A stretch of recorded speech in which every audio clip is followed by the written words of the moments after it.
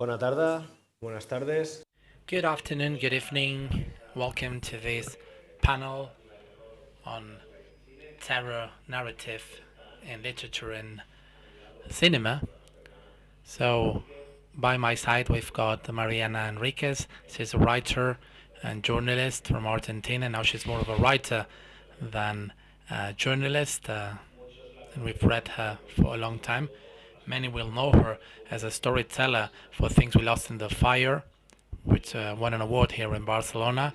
Also, she's a great novelist for Our Share of Night, won the Aralde Award, and I will recommend to you another which comes from her visits to cemeteries, and it looks nothing like the others, but still there's some thread, some connecting thread that is similar.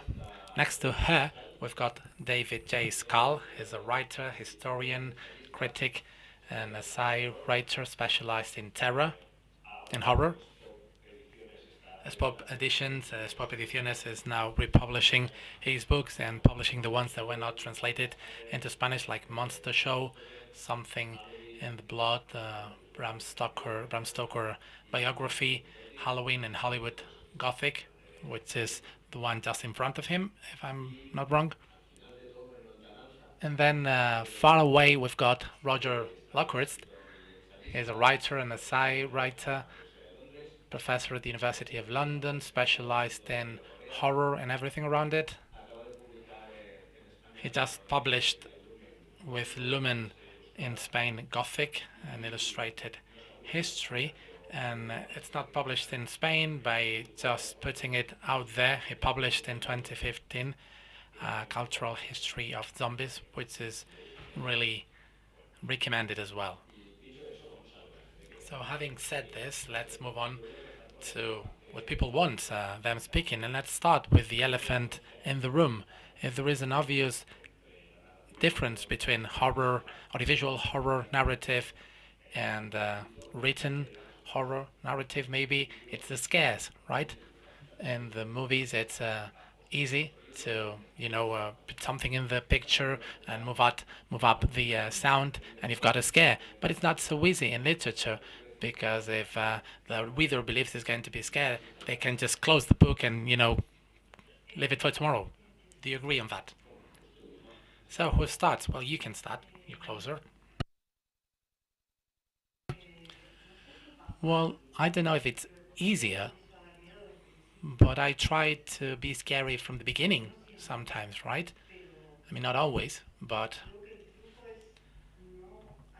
I believe that the trick is not to build so much anticipation, because in the movies, the scare comes from music and these threat feeling that builds on, and with literature, you have to be more cunning, to provoke the same thing without the readers shutting the book. But still, I don't think fans will close the book because of that. I only shut a book and I throw it away. I threw it away. It was Pet Sematary by Stephen King. I did hurl it away. In this scene, I can tell you, I mean, if you didn't read it, I mean, it's your bad. So this is a scene in which Gage unearths his son, and he sits him in the passenger seat of his truck, and he was dead. So I don't know how he was sitting like this or sideways, and I said this is unbearable. So I put it away, not because I moved for children or anything, but because I thought that was excessive. It looked like I was reading a madman to me. So what I tried to find is that I'm frustrated in a book if I can't find that, but I'm a genre writer. The thing is, and I'm a genre reader. Maybe it's more difficult with non-genre readers, but maybe when you emphasize the decomposition of reality that you perceive when you're reading it, that something's coming.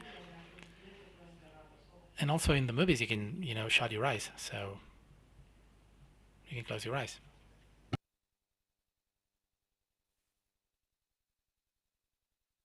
Oh, I think maybe the best way for me to comment this is through my favorite subject, which is Dracula, because he has existed in both and thrived both in the medium of print and the medium of the moving image.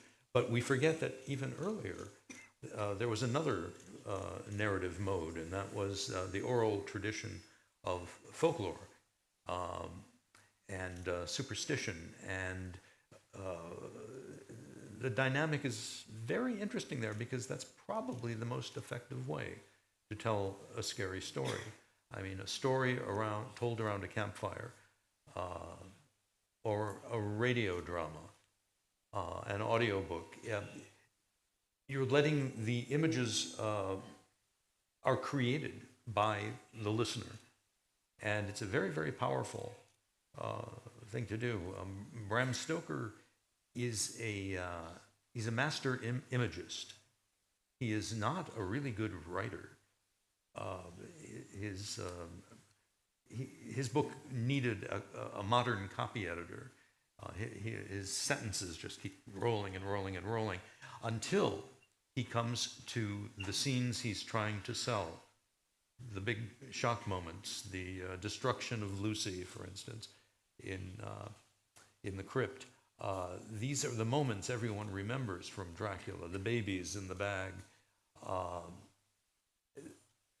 And anyone who reads these passages cannot get them out of their head. And in movies, it's much easier because you can deliver ready-made the image, but it might not be as scary as the reader of the book or the listener to the folktale. Those still might be more potent. And in many ways, the new age of the moving image harkens back to the oral tradition, even if it's a digital tradition now more than anything. But it seems like the literary incarnation may just be a passing step along the way for some of these icons. Dracula has done all this in about a little over 2 centuries. That's not very much in terms of narrative history. So we'll see where he goes, but he's proved very resilient. Okay, I get to give the boring professorial answer to this. I go back to Anne Radcliffe, who was an early Gothic writer, and she set up an opposition, which frustratingly she didn't follow herself. But nevertheless, she divided this kind of fiction into, on the one hand, terror, which she said expands the mind and reaches for a kind of sublime effect. And what she contrasted that with was horror, which she said is about freezing the soul and actually forcing things down back into the body. And I think there's still quite often a use of this idea of horror or terror with a higher purpose. So we even talk about elevated horror. That's a term that's been used for recent art house horror films. Versus that kind of horror that produces physiological effects, so as you say, jump scares. The word horror comes from, the English is horripilation, which means the crawling of the skin. So it's a physiological effect. And the things that we maybe turn away from or throw away are about feeling them in the stomach, disgust, rather than a kind of mental image, I think. So I think I can see that there is a kind of divide where it's very easy in film to be able to go for the shock effect, the physiological effect. I actually quite like that, rather than thinking it's any lower form. I think it's it's a really heightened form. But there is that sort of sense, I think, that what narrative in fiction can do, say in Mariana's novel, our share of night. It's about the duration of it, the kind of the build of things, which produce a much kind of it's a different effect, but it's one about anticipation and dread and a sense of what the Gothic does often is uncanny repetition. So this feel that you can't escape from repeated cycles. So I think there's a sort of different function you can play with in narrative fiction as opposed to film. Has mencionado el terror elevado. So you were talking about elevated horror, and I believe there's a parallel with creepypastas. Don't you think it's a snob attitude of people who don't read these genres or watch these movies to justify them? Yes. Sí. Me alegra no estar solo. Happy not to be the only one. So you mentioned Stephen King, and Stephen King says, tells in while I'm writing, this idea of the stairs going up to the attic with a closed trapdoor, that our brain is a bastard. When we are going up, our brain believes that the monster is going to be much more terrible than what there's there. Let's hope it's not a 30-meter tall monster. Then if it's 30-meter tall, you say, well, at least it wasn't 100-meter tall. So we're talking about the ineffable. And how can you work with what you cannot say, but saying it? Muy difícil. Pero That's a complicated question, isn't it? But following on what David was saying, I really agree with that about oral tradition. A great deal of what I'm writing comes from oral tradition and from tales, not just the stories my grandma told me, but also the oral narrative that it's probably today more transposed in creepypastas or horror podcasts. When I go somewhere, when I travel somewhere, I try to listen to podcasts with terror stories told by people. Most of them are boring, like it's gold. They get into a room, they see this shadow, the man with the hat. I mean, I see a man with a hat and I'm not scared anymore. I will just ask him for the hat or something. But, you know, occasionally there are some stories that say a lot with what they do not say. A clear example of that is a podcast I was listening to the other day. This was an interview to a girl. She had one of these new agey precious stones kind of shop. So a woman walked in and the lady said, "I'm possessed."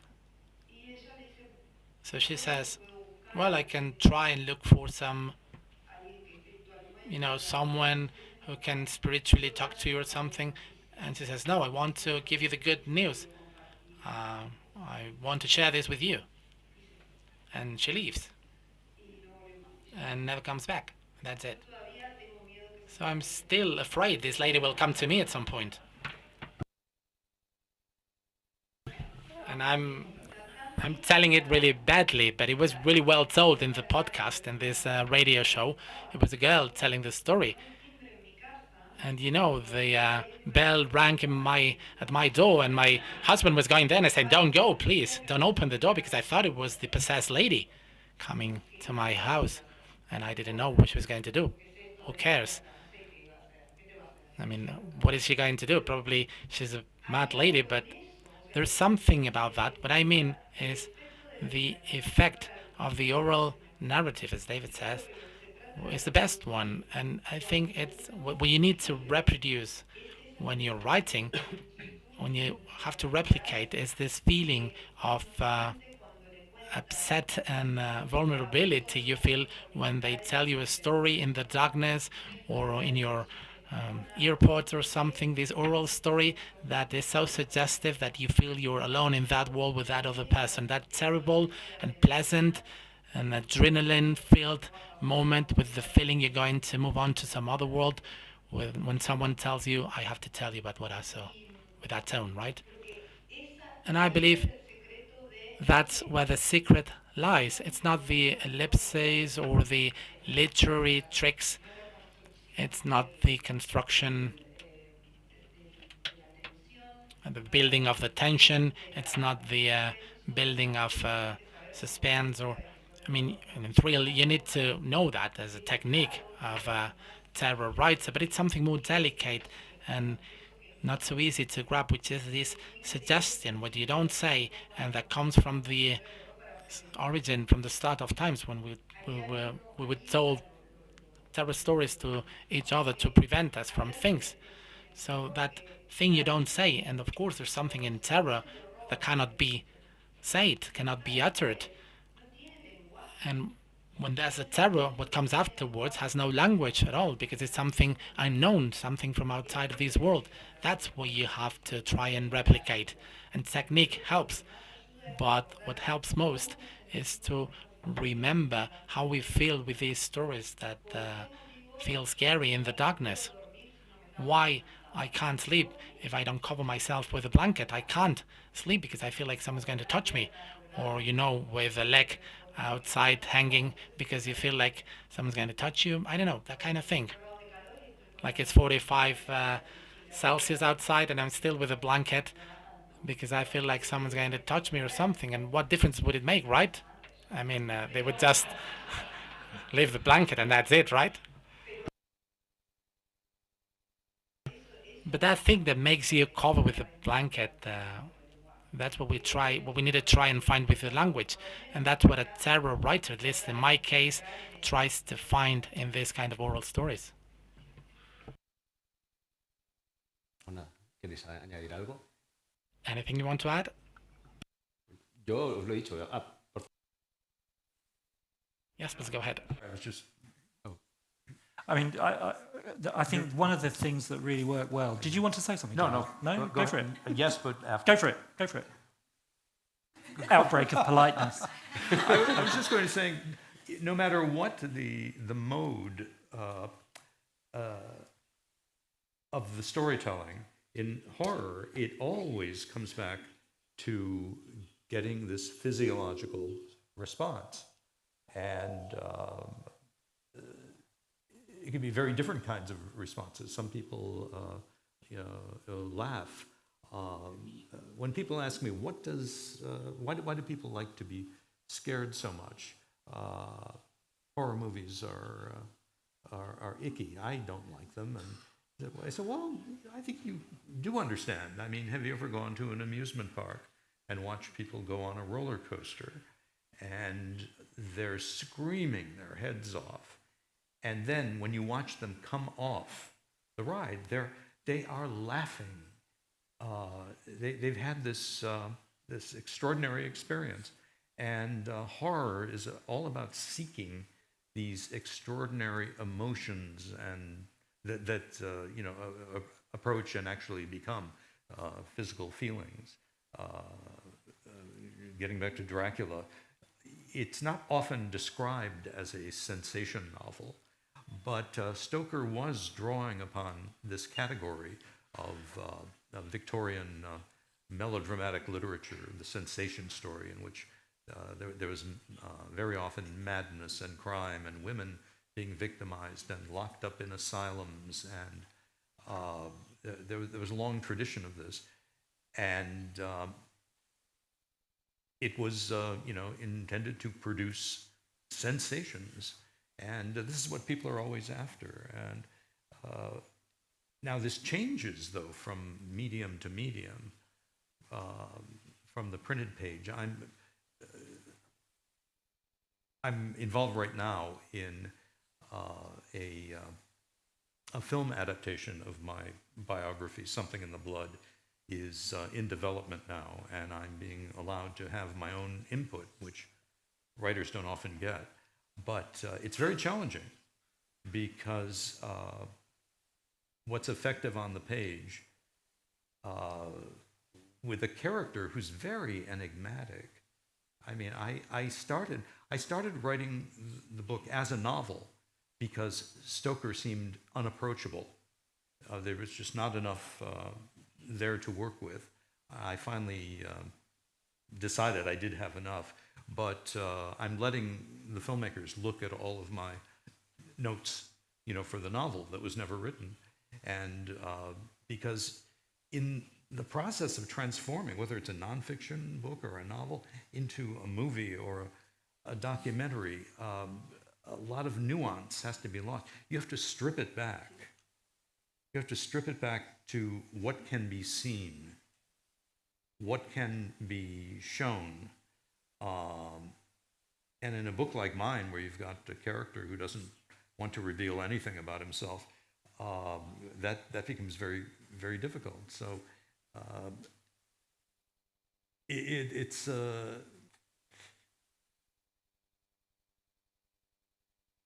it is a representation, it will be a representation of the book. I'm still not sure what it's going to be like. I think it should be more like a horror movie than a straightforward biography. But it's a tricky process, and of course, writers always reassure themselves that, well, even if they make a mess out of the movie, I still have the novel, and I console myself that way too in advance if this turns out to be a mess. But anyway. Yeah, I was just going to say that I think I'm always fascinated and puzzled by how certain writers achieve their effects of terror, and it can be so elusive, even if you read a story over and over and over again. Someone like M.R. James writing, he can generate a genuine moment of terror out of, well, a crumpled sheet. Actually, it sounds like, Mariana, you'd be frightened of that, but it would that just kind of rearing up. And how does he achieve this? Just this kind of moment of true terror.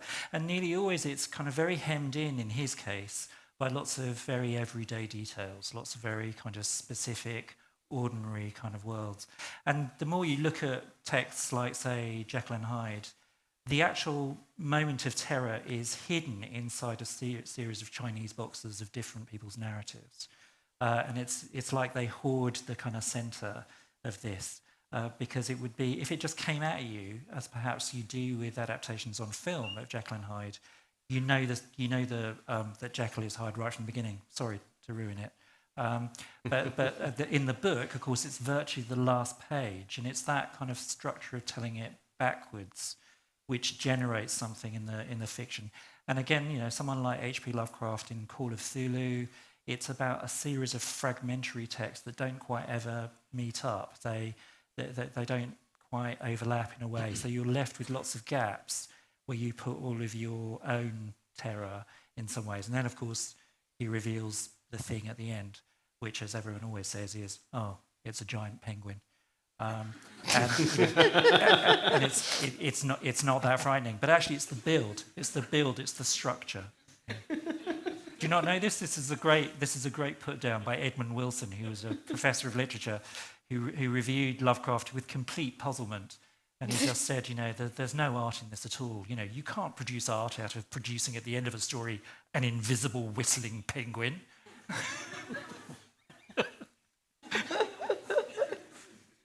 Es cierto que en terror es uno de los grandes. It's true, however, that that's one of the main issues in terror. When you finally decide to show, if you decide to do that, to show something, it's really difficult that it won't be let down, right?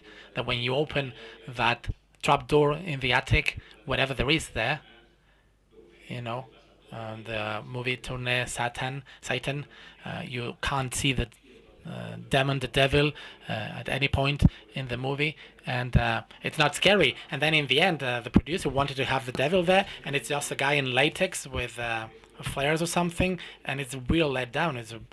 I don't know, maybe in literature you can do better than that.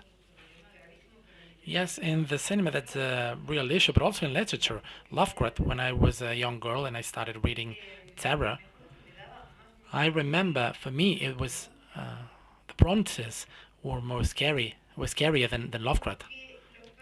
The Bronte sisters, because the characters in Jane Eyre, for instance, the hidden woman Weeping in the House, or Heathcliff, this human demon, and the landscape in Wuthering Heights. The evil in that book, people get mad now because they want to empathize with the characters. I mean, try and empathize with someone in Wuthering Heights, right? They're all horrible yet appealing characters. But I was reading Lovecraft, and the build-up, I loved it. And then I have a problem that at some point I don't really like monsters, or they're not scary for me. If for some reason I'm not scared of sea monsters. I'm disgusted by them because they smell funny. But I don't know.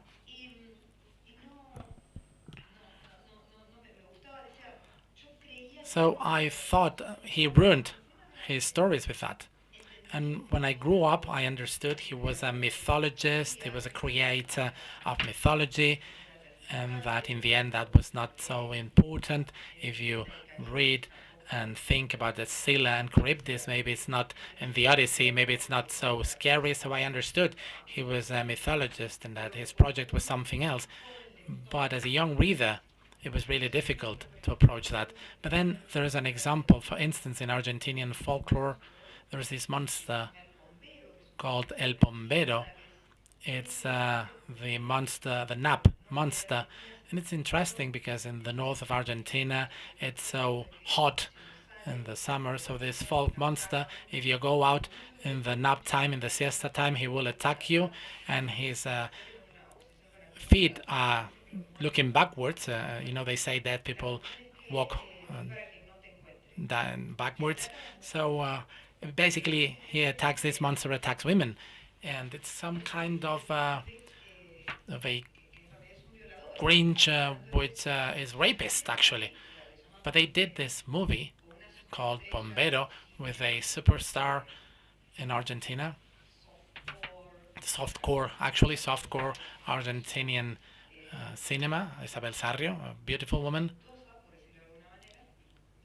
And quite curvy, so to speak. And the El Bombero is a guy with a mask. And that's it.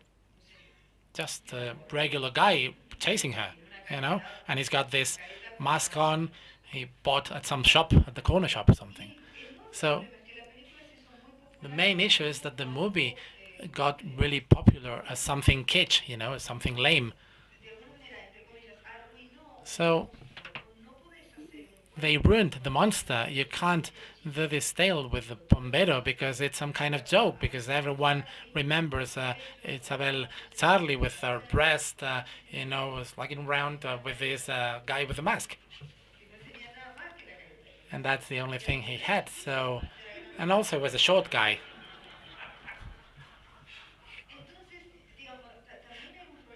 So there's also a problem with cinema, and I get mad at that sometimes, because I say, why they want to ruin things like this? And sometimes I am surprised with The Lord of the Rings, for instance, and I like the adaptation, but I always thought that when they would make the spider, it was going to be a mess. There was no way that spider was going to be scary, and when the spider pops up, it is terrible. It's not only scary, but it's also terribly disgusting and icky. And now, when they, it was again in the cinema. I wanted to see it because I was going to be let down and depressed because I like that. But no, it was working for me again. So it all boils down to how you do things.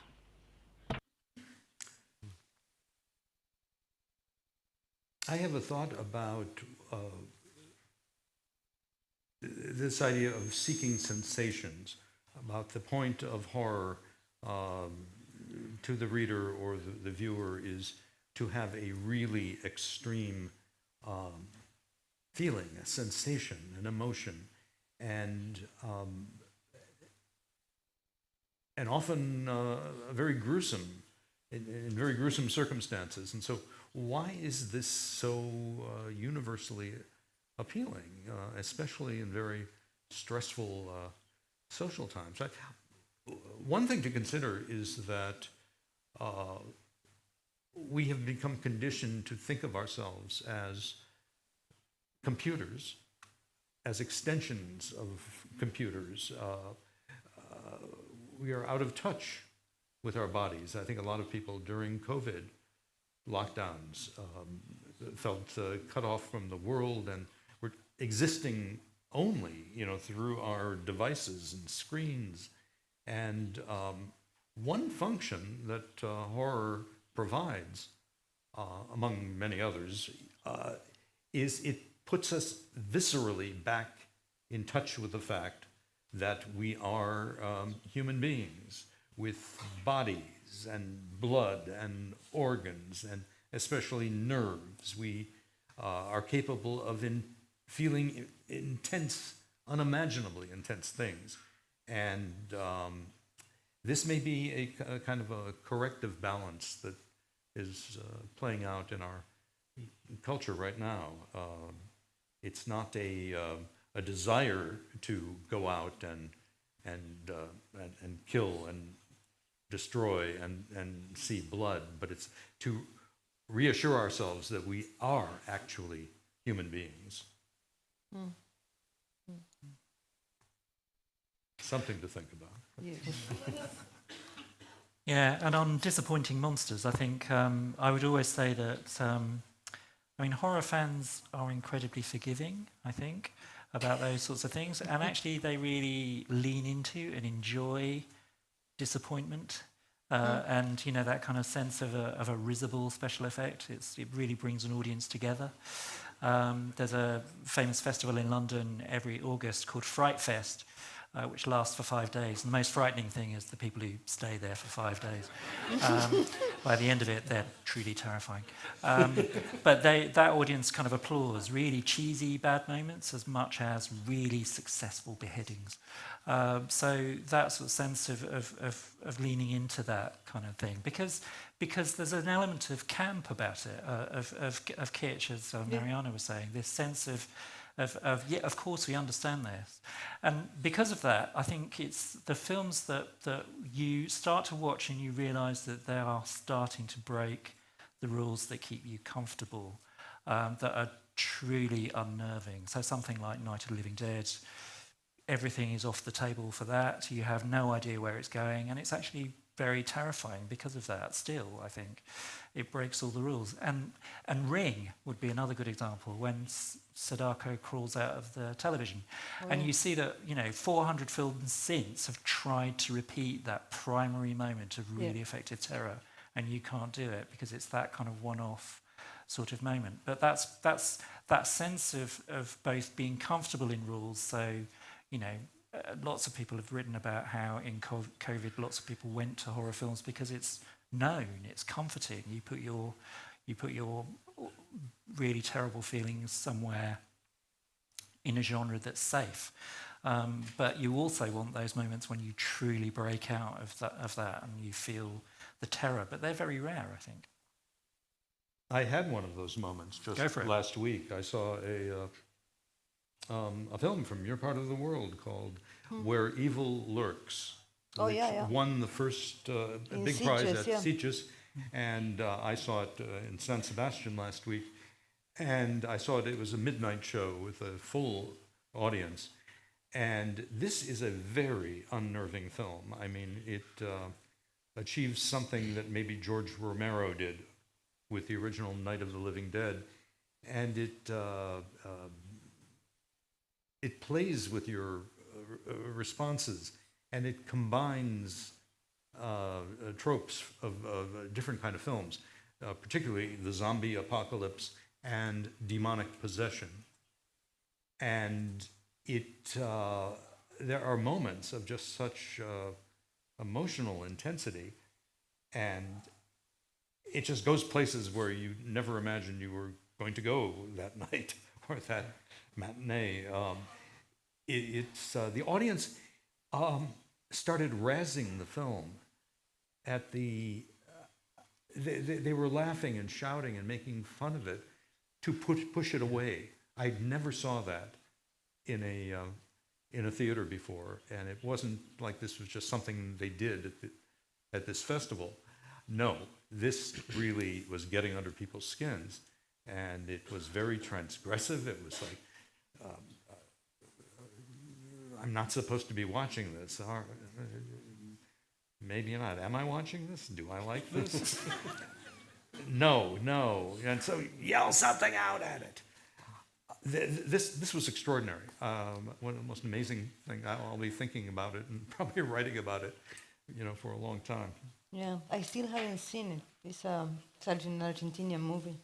I still haven't seen it. Yeah, and last week they sent me an invitation because it's opening there and people are going crazy. And the director told me that that people laugh a lot, and it's absolutely scary to him.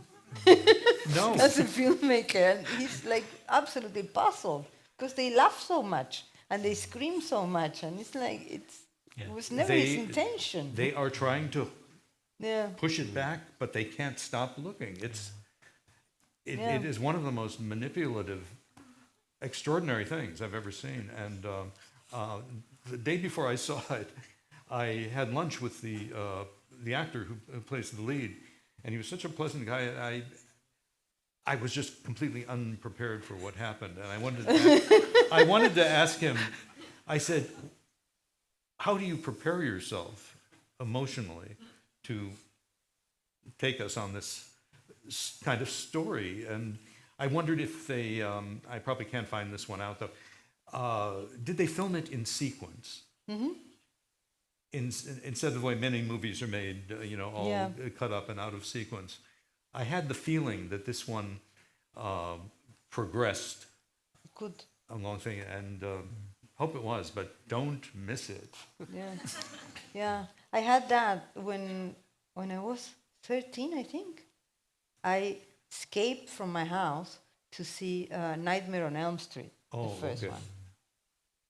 And I remember the theater was packed, and there were a bunch of, this is Argentina in the 80s, so nobody was paying attention to children. And there was like a lot of children at the back. And we were, 12, 13, not really children, but, young teenagers. And we were laughing so much. And then I had nightmares with Freddy for weeks. And he's still my favorite monster. But during I've never been so scared in my life. But I remember laughing like, wow. And especially in the most scary of the scenes to me, that is when he comes in an alley, and you can see that his hands are very long. I don't want to watch that movie again, because that is probably one of the images that are most stick in my head. But I laughed like crazy. Well, of course, laughing and screaming physiologically are very, very similar reactions. Yeah. They are the release of tension. Y es una forma de recuperar una And I guess it's also a way to recover a certain aesthetic distance, right? Considering you've mentioned the Night of the Living, well, it doesn't really give you any explanation. The same happens with Nightmare in Elm Street. There is not, it wasn't even in the original script. So what do you prefer? Films that do not really tell you anything, that do not really give you any explanation about the reason behind the scenes, or the other way around? And the same when it comes to books. Do you prefer like a certain explanation about the action, or just the bold action? It depends. In my case, it depends. It really depends. When I don't want to be self-referential, but it's relevant. My novel, Our Share of Night, it's 700 pages long, so I had to explain a lot of the action because I wanted the novel to look almost like a documentary, to be very trustworthy, quite realistic, with a great deal of documentation and a great deal of explanation, so that when the supernatural happens, the reader is 100% immersed in that world. I couldn't do it differently. But in a film like in It Follows, I am very glad that the filmmaker does not explain anything related to the action. And the same happens with the following one. I can't remember the title. The one in Los Angeles. It's not a terror film anyway. It is a terror film, sorry. it's quite crazy. But for me, in literature, a poor ellipsis can be a disgrace because you get lost and you are not scared anymore. Whereas in cinema, I believe that ellipses work much better in many cases. In a film like Sinister, for example, the first part is extremely scary when they sit down and they tell them that there's this monster that eats kids, and you see the hawk. So it's like, you, and still it's a very scary film. But I think that the end, with the explanation, very M.R. James style, with the expert that comes and tells you where the monster comes from, and you go like, no, no, no, no. So sometimes in cinema, but I mean, I think it's quite personal, right? For me, it works much better when I'm not explaining anything, or when I don't get a clue. For me, Mulholland Drive is my favorite terror film, or Inland Empire, yet another excellent one. And what's the action about? I have no clue. And why is it so scary when in Mulholland Drive the nightmare is explained and then the nightmare becomes true, and this bluish man who's a homeless, which should not be scary per se. This is wrong, David Lynch. And in the cinema, I was like, oh, I'm living, I'm bored here. But sometimes in a novel, you need a certain degree of explanation to do the leap forward afterwards. In Eat or in Carrie, there is a great deal of explanation.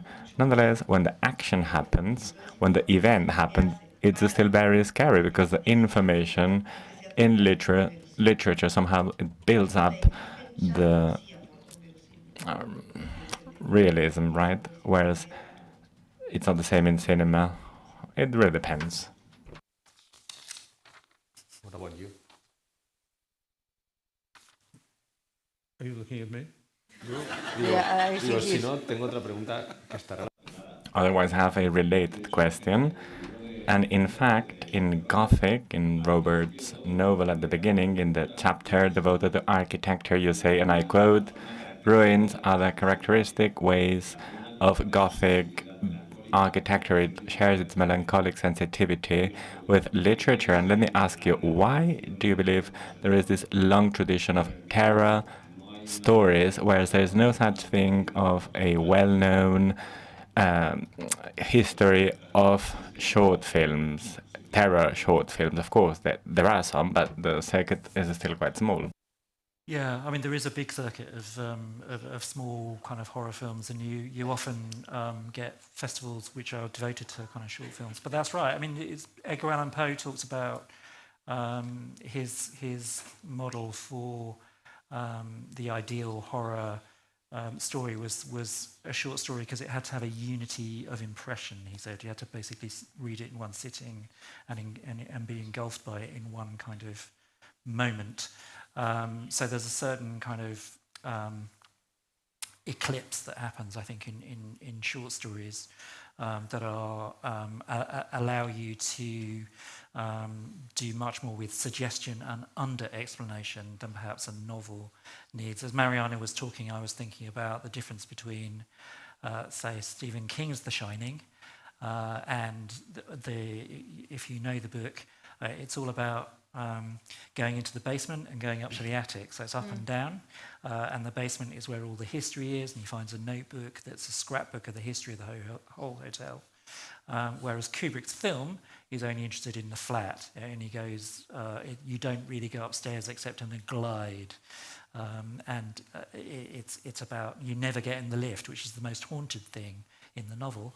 And also, even though Kubrick obsessively made a scrapbook of the history of the Overlook Hotel, you see it in the corner of one shot. And he takes away the whole of that history, really, and just lets the kind of hotel have its effect on you. So I think you can see lots and lots of differences there that King does a lot. It's why Stephen King hates Kubrick's The Shining, because it's under-explained, and it's kind of moves away from that filling out of the backstory that he's so interested in. So I think there are different effects there as well you can look at with kind of narrative duration in novels, much shorter in films, shorter still in short stories.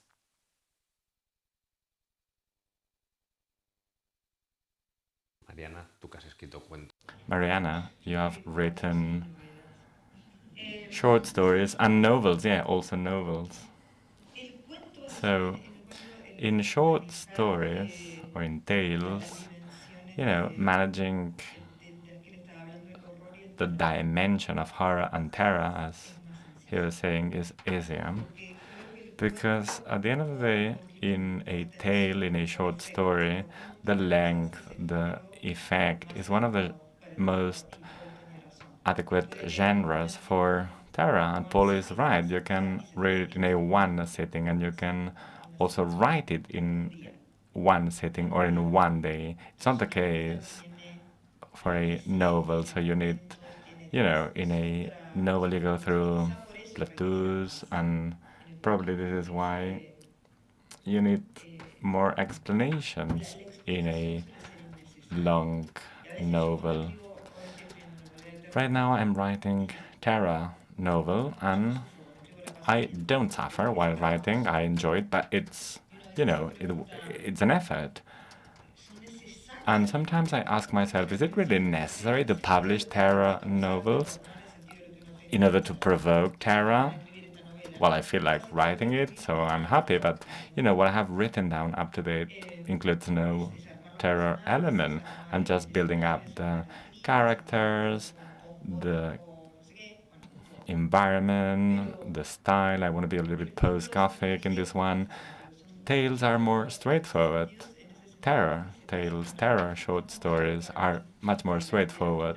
One cannot compare literature and cinema. For me, these are two very different means or mediums. So, of course, a film, you see it in a one sitting, and the same happens with tales, with short stories.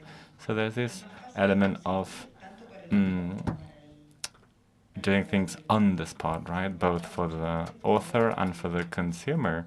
Nonetheless, many people still prefer novels. I don't really know why.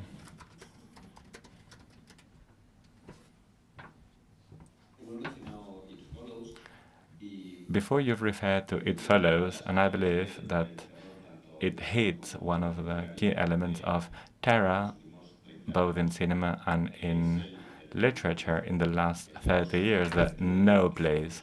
It happens in Detroit, which even if it's a city, it's a no city, it's a no place. The same happens in Barbarian, which happens in the basement, and also in a no place, right? Outside, in a no place. I'm thinking about some short stories. The first one in this book, where the action happens in a suburb and in the street. So a boy and his mother, or thinking about Castellarnau, which includes short stories in the Pampa, towards the no place. To what extent do you believe that today's terror denies not only the possibility of salvation, but also the possibility of a place of existence, so to speak? Well, And now it's when you answer. actually, I'm blinded. I'm having trouble seeing you over there.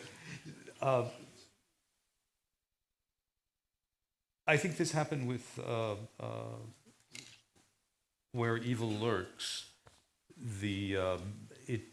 Without spoiling it, I mean, I think you'll understand that this is not going to this movie is not going to a happy place. Okay, from the beginning, and but the audience, I think, and I was, somewhat confused about, okay, what am I supposed to feel now? This was it's a very disorienting experience to watch it. It's emotionally upsetting. I had a queasy feeling in my stomach that I almost never get And it wasn't just because of blood and violence. It was just the overall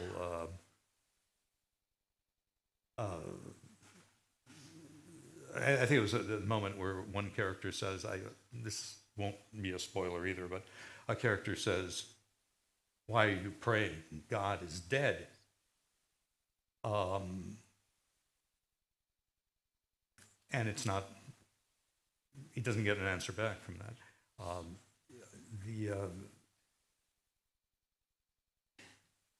There are so, there's no one-size-fits-all answer to why do people like horror movies. It's an almost bottomless genre right now if you want to start cataloging it and examining it. And there are people like me who really, I appreciate my monsters in black and white at the end of a remote control. Other people, parents come to me all the time and they say, I just don't understand. My child begged me to go see the new Freddy Krueger movie. Begged me until I said, no, you're going to have nightmares. I'm not going to take you to see that. Finally, they give in and take the kid to the movie, and she says, and he had nightmares for a week. And then he wanted to go again. Yes. And it's, this takes it back, I think, to why there's the time-honored tradition of using fairy tales to initiate children into the real world, which is not often a welcoming or safe place. And that's exactly what the kids are doing with this. They're facing their fears. And in this way, it's something very positive. But you can also go to a lot of horror movies today and just wallow in the negativity and the hopelessness of it.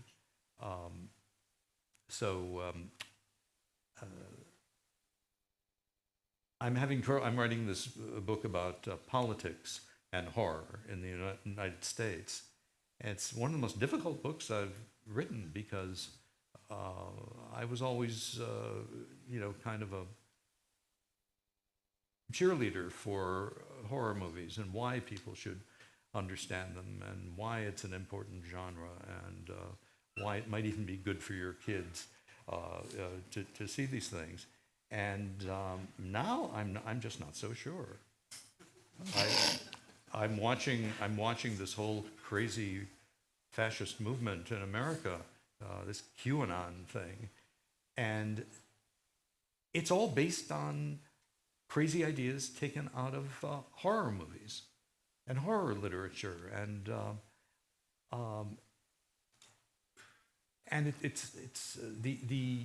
there's this breakdown in America right now between fantasy and reality that is extraordinarily disturbing.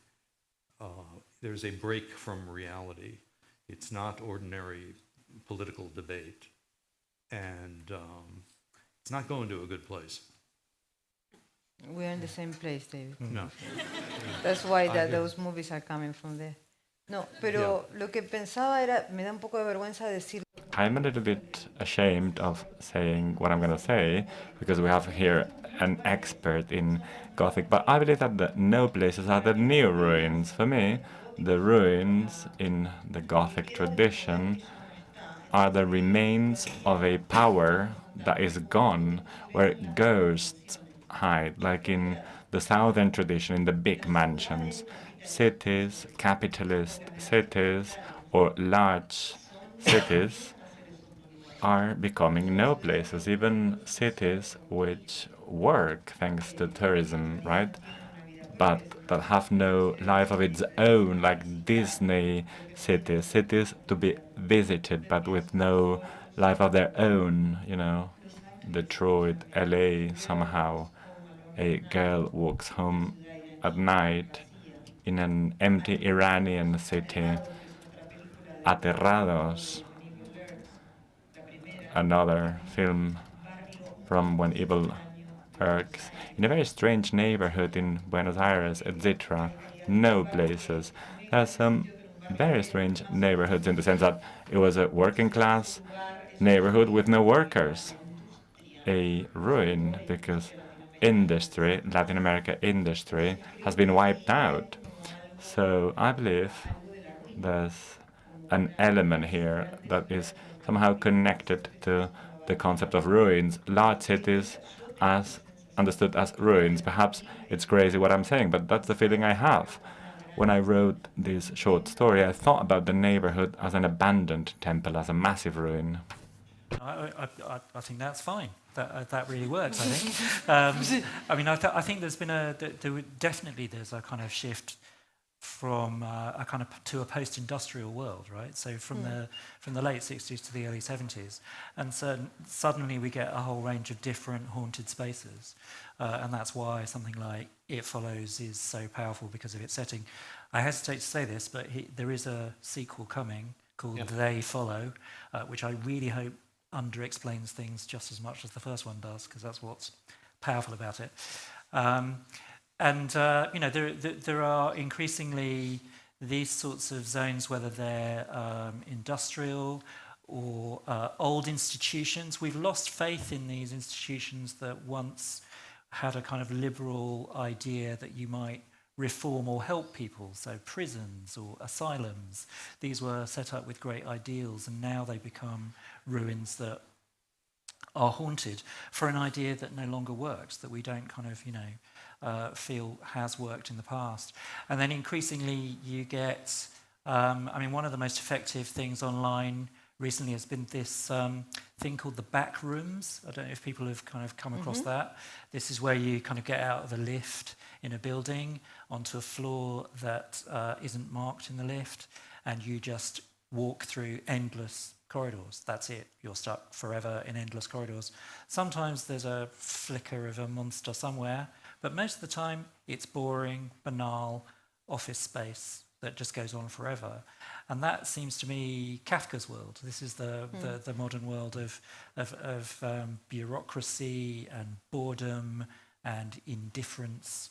And if you add the post-industrial to that, the ruins here are all of a kind of modern world that's now gone. Oh, sorry, because we're almost out of time. There will be no time for the Q&A.